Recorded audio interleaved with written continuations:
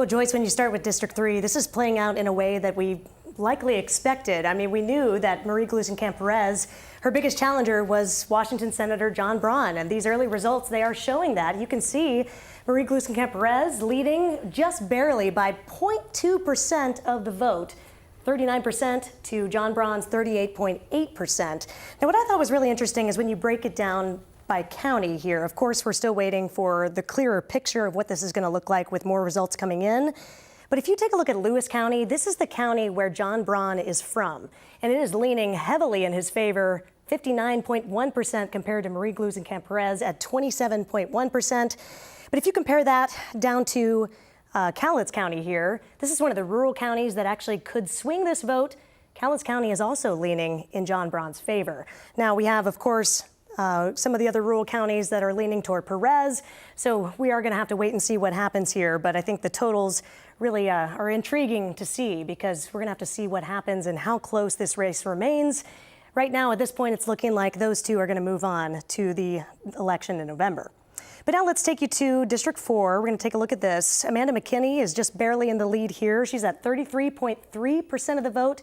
I wanted to remind you that this is the only open seat right now in the U.S. congressional districts. This is after Dan Newhouse stepped down after 11 years in that position. There are 11 candidates. I'm not able to show you all of them, but just the top contenders as of this first ballot drop. But as you can see, Amanda McKenna barely leading, and John Dureski, he is the only Democrat in this race. He is just slightly behind her, about 3 percentage points. And then you have Jared Sessler. He was one of the top candidates to watch, as well as Matt Binkey, who's behind Sessler by just a couple percentage points. Now let's go to District 5. I wanted to show you this. Incumbent Michael Baumgartner is leading heavily at 46.8% of the vote, and behind him is Carmela Conroy at 21.5%.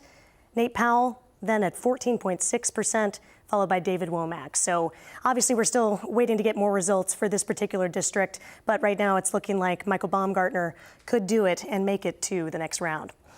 And finally, I wanted to bring you to District 6. Right now, we are looking at Emily Randall with a heavy lead here. She has 58.9% of the vote, followed by Teresa Fox. She's got 25.8%, Leon Lawson, and then Brian O'Gorman. So, of course, this is just the first picture we're getting.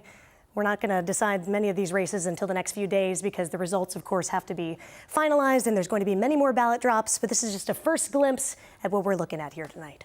All right, thank you so much. Okay, let's talk about Representative Kim Schreier. She's facing 5 challenges, and right now Kim Schreier is leading with 48% in District 8. The second and third really too close to call at this point, 17% and 15.6%. But Schreier elected in 2018, and at this point she is leading by a margin of 468.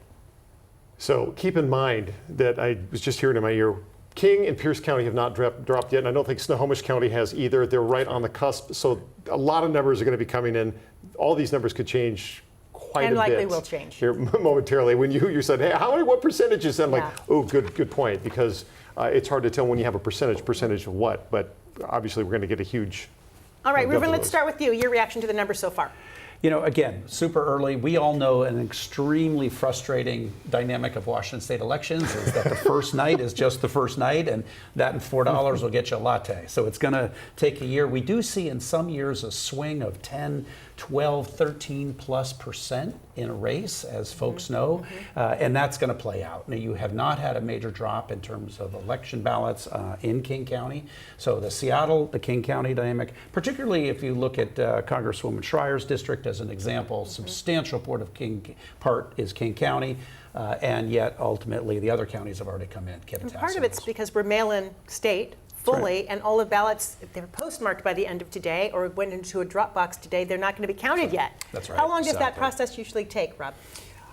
They can process the ballots pretty quickly. It's just the volume that slows them down, because they have to, separate the ballot from the envelope. They have to verify the signature, but they're pretty fast. They can process many thousands of ballots every day.